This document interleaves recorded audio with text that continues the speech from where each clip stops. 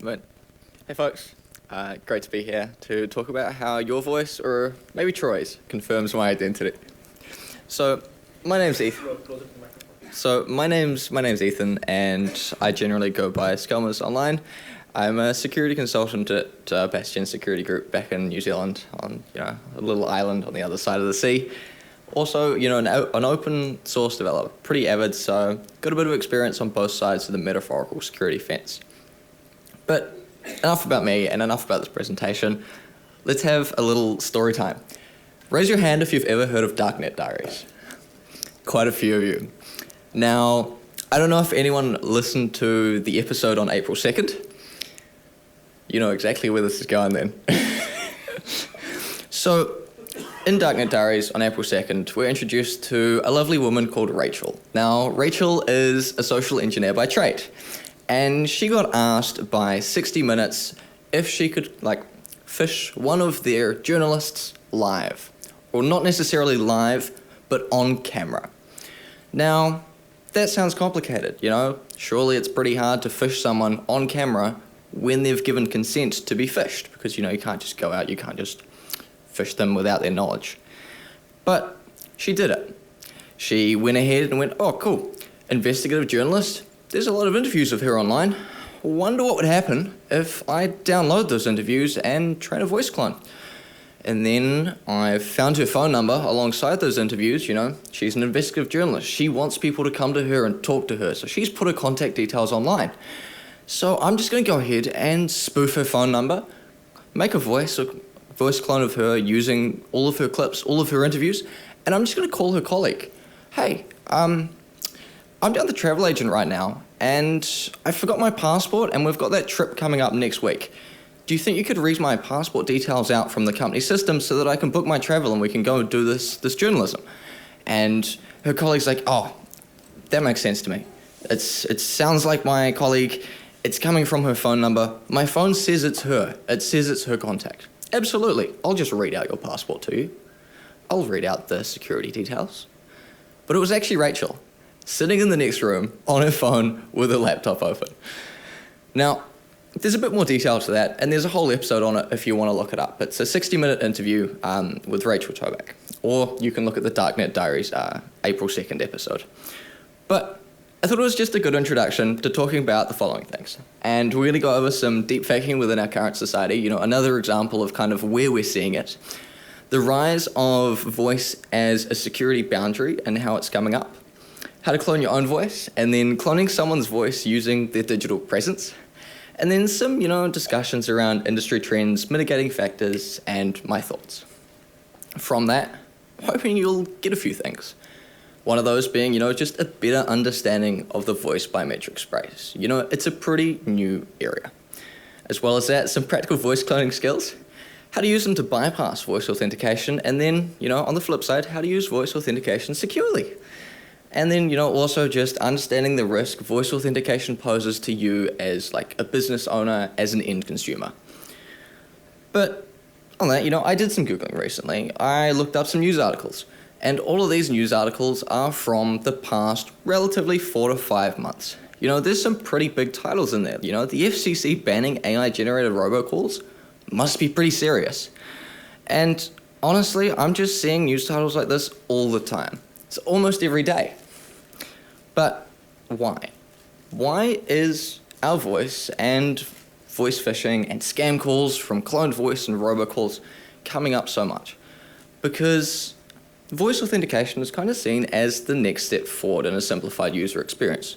If you think about, a standard password flow, good practice dictates it's a long, complicated password that's different on every single website, or a series of words and phrases, easy to remember, but long and different for every single website. Whereas voice, well, that's not hard. I know how to speak, most of the time at least. And it's just simple. Yet on the flip side, it's kind of seen as a step backwards for user security. If you get breached on a website with a password, you just go in there and you hit reset password. But if your voice gets breached, your voice gets recorded, your voice gets cloned, how are you going to change your voice? You can't just click reset voice. Have a think about that. But surely to that, if you can't change it, it's out there in the world. Nowhere's using it, I haven't seen too many places, so again, I did a little Google search, and I found some banks. Now, to the Australians in the audience and to the Kiwis, you might recognise ANZ. Now, they're the people I picked initially for this because I bank with ANZ, and it popped up. Every single time I call them, they go, "Hey, do you want to speak this phrase for me?" And my polite answer is, no thank you. Because on their websites, they're like, cool, how secure is it? It's secure, it makes it difficult for someone else to imitate you, even if they've got a recording of your voice. It's easy, it's fast, it's secure. Your voice print is unique, just like your fingerprint, just like your Face ID. And, from that, the key phrase here as well is some of these banks are going, hey, look, customers can choose to speak a simple passphrase instead of entering other information. Once you've set up your voice ID, you won't need to remember extra information. You won't need your MFA codes. You won't need anything else. Just your voice. Standard password flow. If there's not MFA, immediate finding in a pen test. But voice, hey, voice is a new era. We can throw all of that out. And then just one little bit there, highlighted right down the bottom. Since your voice is unique, someone else won't be able to use it on your behalf, but in bold. To protect yourself, though, don't share your details with anyone else. Your voice, don't share that with someone else. I'm sure that's pretty easy, right? But let's think about it. Let's brainstorm for a minute. Let's think about some ways you could bypass a voice authentication system. Let's start easy. Let's mimic someone's voice. Let me just give you my phone, or I give Troy my phone and go, hey, you're Ethan now. Just say my name out loud and you're good to go. Maybe I record the victim without their knowledge, I give them a call on the phone and go, hey, I'm interested in, joining your company or buying your product. Could you tell me a little bit about it? Now, here in California, dual party consent state, can't do that. But there are places where you can. And, there are also people who will just ignore those laws. And then from that also, you can splice together existing audio to form the correct phrase.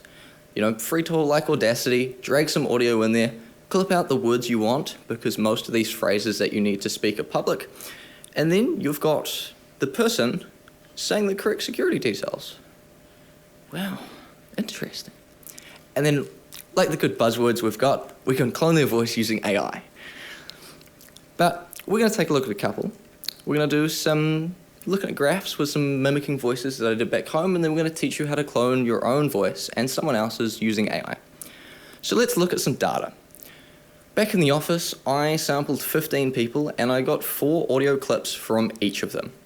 Now on the graph, each axis is going to represent 2 audio clips from a given person, and the numbers just essentially are an ID of the person. So let's have a look. No, that is way too complicated. Let's think about it like a computer. Let's do green means yes, red means no. Lots simpler. Now we've just picked an arbitrary threshold for this because unlike a password where you either get the exact password right or you're not let in, voice is a sliding scale. Do you want to make it harder to get in on the security side? Do you want to make it easier for everyone to get in on the usability side?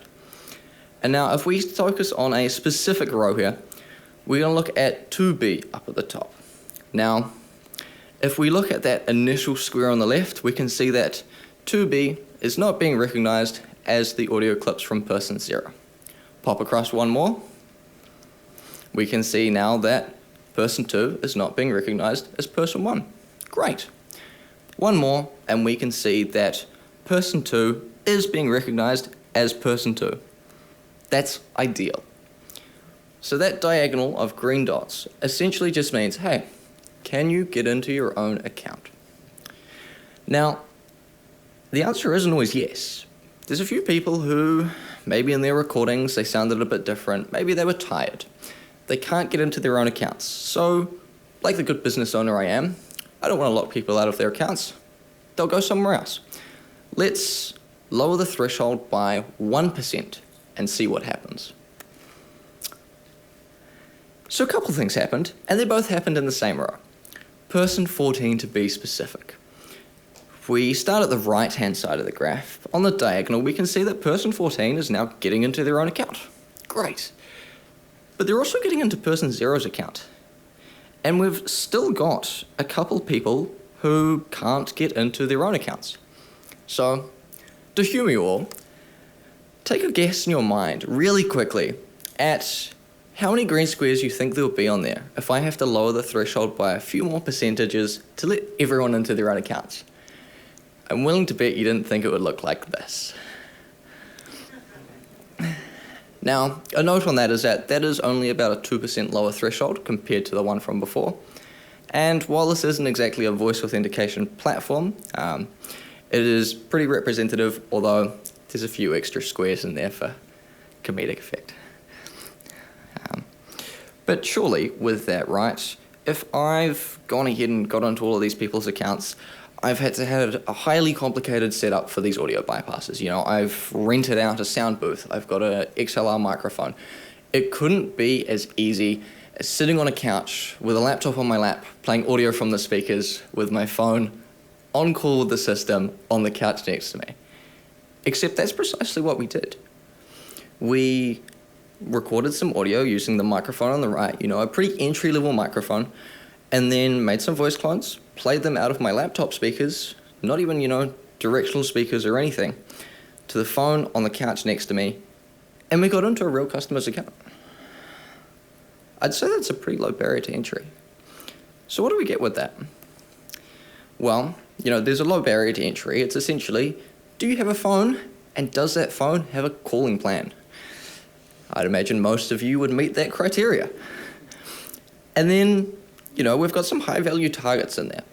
I mean, I would consider my life savings high value at least. Don't know about everyone else. But with that, I'd like to think that we get a hacker's field day, because you've got low barrier to entry and high-value targets. And if we put our blue team hat on for a minute here, let's have a think. If you're a voice platform, let's think about the kind of logs you might be getting. You know, if you're calling into the system, what gets logged? What can the team look at if fraud happens? Well, there's a phone number, obviously. That's great. We can check if the phone number is the phone of the person who's signed up to that account. Except we can spoof that. And depending on where it's coming from, that's not even illegal. And then, cool, okay. Well, we've got the call itself. Except in half of these methods, the audio from that call is going to sound like the person or sound like the account holder. Yeah, that's not a lot of logs to work off. That's not an ideal situation. So have a think about that. How would you go about, you know, investigating fraud in that case? Because to me, I would just think that the victim, in this case, just took the money out of their account. It sounds like them. It's coming from their phone number. Don't look into it too much more. But hey, you know, maybe that's a bit too much doom and gloom. Let's have some fun. Let's train a voice clone. So the aim here is to produce high fidelity audio. You know, we're going to use something like a soundproof room, a decent microphone, and speak clearly. Because the aim here is just to produce clear audio without background interference. You know, the way AI works at the moment, the better data we can provide it, the better imitation it's going to give us back.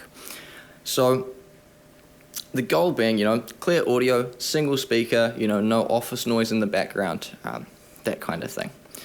So let's take that. Let's take that training data, roughly 3 to 5 minutes worth, and build a voice. Now, we're going to be using a platform called 11 Labs, but that's primarily because I'm from New Zealand, and I have a Kiwi accent. I've probably got a list now of about 15 to 20 platforms, you know, both online platforms where you just upload your training data, as well as offline models that you can just train on a 1080 Ti. Now, we tried all of those, but unfortunately, you know, most of these companies, most of these startups are American-backed, and the American dialect, which is the majority of the training data, doesn't work too well with my Kiwi accent. So 11 Labs is kind of the current go-to we've found that works well for us. For the majority of the audience out there, I'd imagine most platforms would work for your needs. But with 11 Labs as well, it's an extremely low barrier to entry. Do you have $1? Do you have a credit card with that dollar on it? And do you have an email address that you can access the inbox of to click the confirmation link when you create an account? Wonderful, you're in. And of that, it's probably about a 30-minute turnaround time from when you first hop on the website to once you've got a fully functional voice clone. And honestly, most of that time is downloading the audio data. But let's hop on the website. It's really simple. You hop under the Voices tab. We're going to add a voice.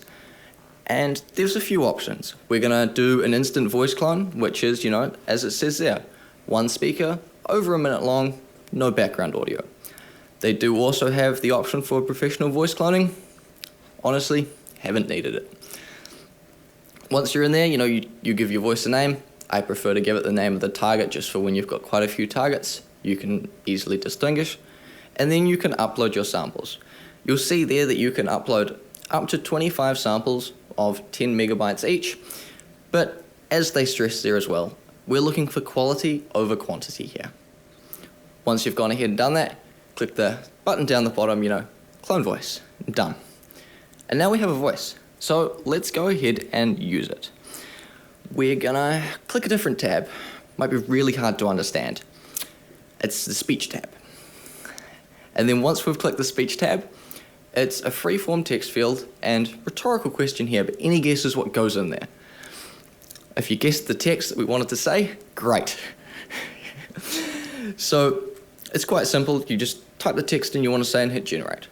Now, it takes about 4 generations for me to get some plausible Kiwi accents coming through, which means it's not quite valid for like a real-time application, like if you're on a phone call with someone. Now, each of those generations only takes about as long as it would take to speak the text you've provided. So if you're of an American accent, or you can get it to a point where when you click generate, you're happy first time every time, you could likely use this for nearly real time.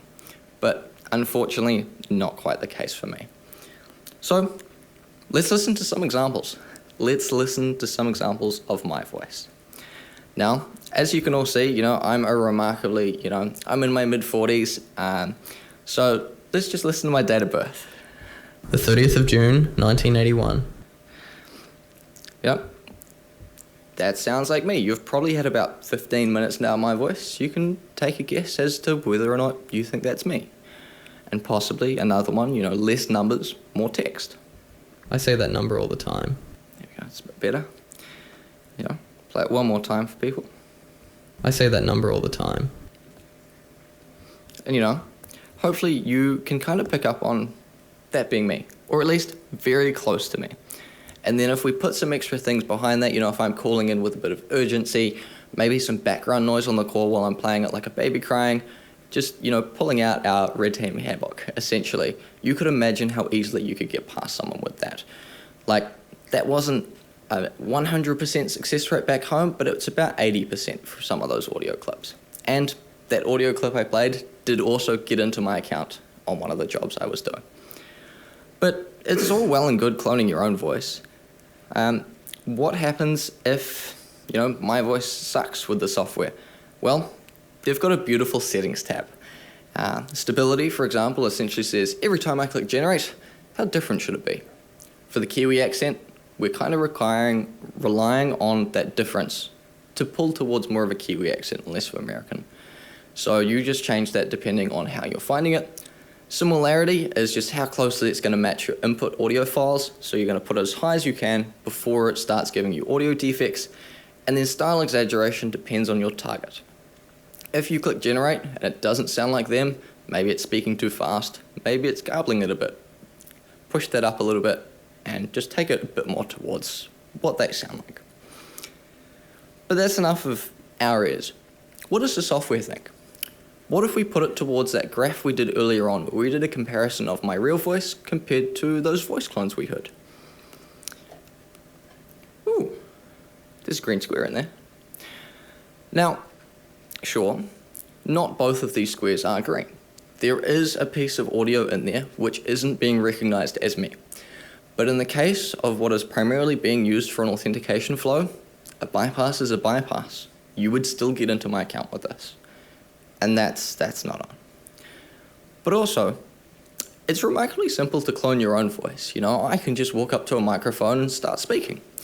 So let's go ahead and clone someone's voice, using their digital presence, and maybe more so on an engagement. Using it for an offensive purpose to clone the voice of a high-value target, We can use it for phishing. With our banks, we can possibly use it to access sensitive information like business bank accounts, anything you might need on your engagement. So, let's clone my old boss from back home, Simon. Now, we're going to start off pretty simple here. We're going to build up a profile on Simon. So, what do we already know? Well, we know that his name is Simon Howard, and we know that his company is ZX Security, and on top of that, we know that we need to get the training data without alerting him. Kind of defeats the purpose if I walk up to him holding a microphone. So, as an old colleague back home would say, let's go check out YouTube. Now, if we put those details we know into YouTube, it looks like he's got a digital presence we can use. There's a couple videos of him there that tally up to about 5 minutes of him monologuing, talking about essentially his experience getting interns and why they're good for a business. But to us, they're good to download and train a voice on. Now, they're not going to be quite as good as if we'd recorded them ourselves, but it's going to be good enough. So we can just go ahead, download those videos, and follow exactly the same process as before. Downloading them, turning them into MP3 files that are under 10 megabytes each, and uploading them to the platform. Once we've done that, we have a viable clone of Simon.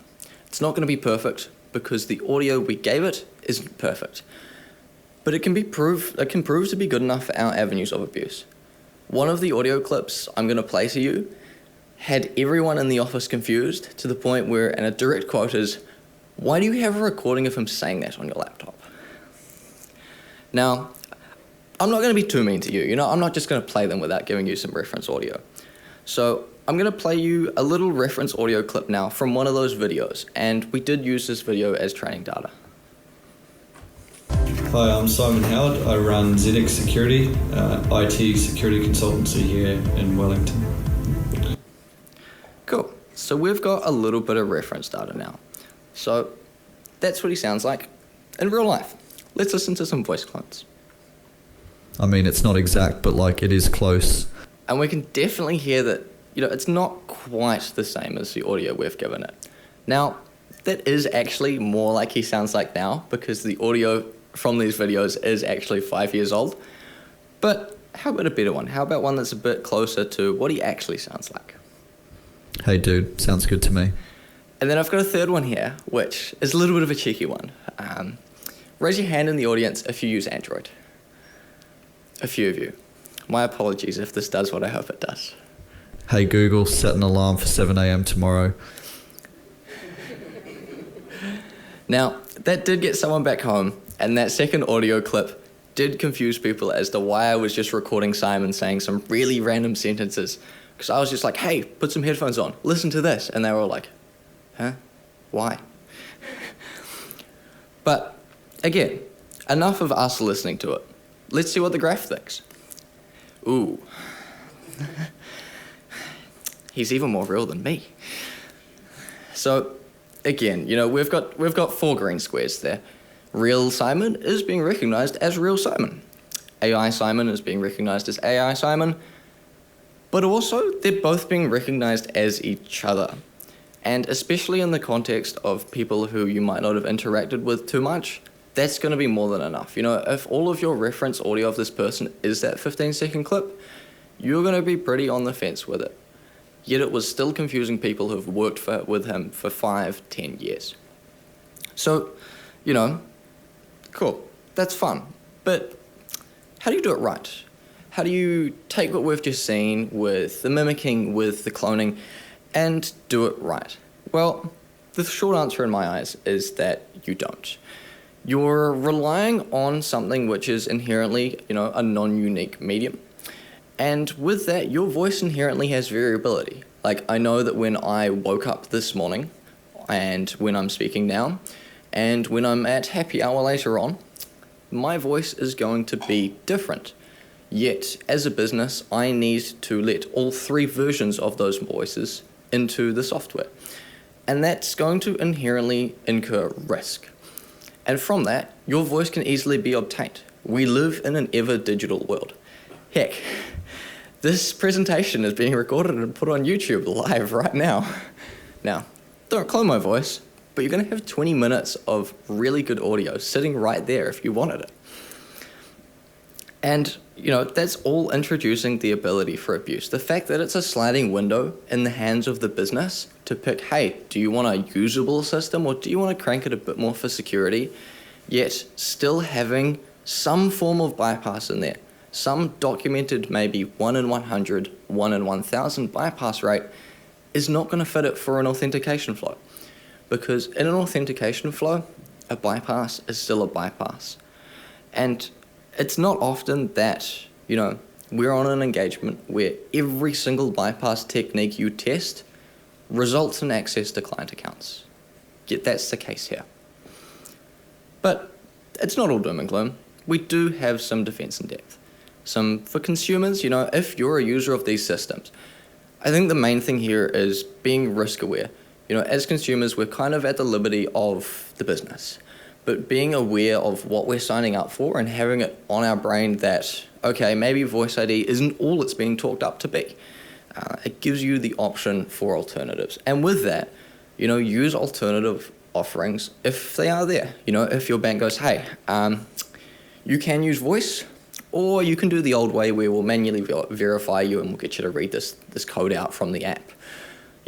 Use the alternative. I'd rather, log into the app and have to click yes than simply use my voice, something which is readily available for anyone on the internet. But ultimately, as a consumer, you're essentially dependent on the business you're using, which is unfortunate. Now, to the companies implementing this in their workflows, add additional forms of authentication. If we're thinking about a standard password authentication flow, if I'm testing that and it doesn't have MFA, immediate finding. Yet, with voice authentication, having looked at a few of these banks and what they say online, as well as what I've experienced back home, it's often the only layer of security when used. It's this big buzzword new thing, and maybe because there's so little articles out there of it being hacked, they think it's fine. But if you're a business with it, use it as secondary authentication. Use it, with some other authentication. I think ANZ's a great example. If you do a transfer of over 10,000 examples, they will force you to authenticate with your voice. But that's not on top of already having authenticated to the app. Layers of authentication here, increasing the hardness of the system. It's not going to be perfect. You could still bypass MFA, but it's a lot more than just, do you have a phone with a phone plan? And then on top of that, let the users pick a private phrase. Every bank that I've looked up for the research of this, they write on their website, hey, we're going to get you to say the phrase, your voice confirms your identity. That's not very private. That's not very secret. If we're letting the users pick a private phrase that they're going to say, you now have to fish the individual user for that phrase. It's no longer, cool, we'll just clone some voices off the internet, we know what they have to say, all's good. You're increasing the barrier to entry. And on top of that, ensuring that the spoken phrase is actually a sentence and not numbers. We've found to have a measurable effect. Because if you think about me saying 1, 2, 3, 4, 5 versus 5, 4, 3, 2, 1, you could record those and flip them and it sounds relatively fine. Whereas the way we say words are often dependent on the context around them. You think about the way you're saying this, then you look at the word beforehand and after, and you inherently just have some form of link from each word to word where when you clip it out of context, it sounds weird. And while it's not going to be perfect, it's giving the systems a better chance to pick up on the fraud, essentially. And, just giving the underlying system the best opportunity to detect fraud that we can, increasing the barrier to entry, taking it from, 1 in 100, 1 in 1,000, to something like 1 in 10,000 or 1 in 100,000. Add MFA on top of that, and then it's just a force multiplier. And To anyone out there who might actually work for one of these vendors, I've got a couple thoughts. And that's, providing means to verify if the content was produced by you. There's a couple vendors out there now which are, starting to provide this as an opt-in on the side. But things like cryptographic signing, if you produce a form of content, sign it, and then people can verify against that using, existing measures such as, maybe some hardware signing or public-private keys, but just something. But on the flip side, actually push for the adoption of these checks as well. It's all well and good providing an API endpoint to go, cool, you can give me a piece of audio and I'll tell you if we made it. If no one actually uses it, what's the point? Like, alongside, putting it in your documentation that nobody reads, actually push for it. Have it as a part of those flows by default. Because I'm sure, as we're all well aware, users will inherently tend towards whatever is default, not necessarily whatever is secure. But hey, let's have a recap. Let's just go over some things. And that, your voice is not a security border. There's a lot of different ways for someone to get your voice, and they might not even have to get your voice to get into a system. And on top of that, the technology is only going to become more and more common. If we think about other biometrics such as Face ID, such as fingerprint, they started out small. Maybe it was just Apple at the start, and now look at where they are, everywhere. I think voice is that as well. We're starting to see it become more and more prevalent where someone goes, oh, cool, that bank's got it, we've got to have it as well, or our customers will leave. Give it 5-10 years, it'll probably be just as prevalent. And on top of that, voice cloning is only going to become better with time. When I started this research about 8 months ago, there was probably only about 1, 2, 3 vendors, whereas now I've got a list of about 20. And that's a cat and mouse game. Over time, I don't think we're going to win. Also, the fun part. We've made a few voice clones, taught you how to make your own, and had some fun with them. And I'd just like to end, with some acknowledgements, to all my colleagues back home. I think they're watching. It's been great, for putting up with me, continuously walking around the office going, hey, just need another minute of your voice, please. To the organisers of this conference and all the volunteers, it's been great. And to you, the audience, I hope you've learned something. And I'd just like to end with one last thing, and that's when we base our authentication on solutions which are not inherently unique or secret, we are destined to fail. Thank you.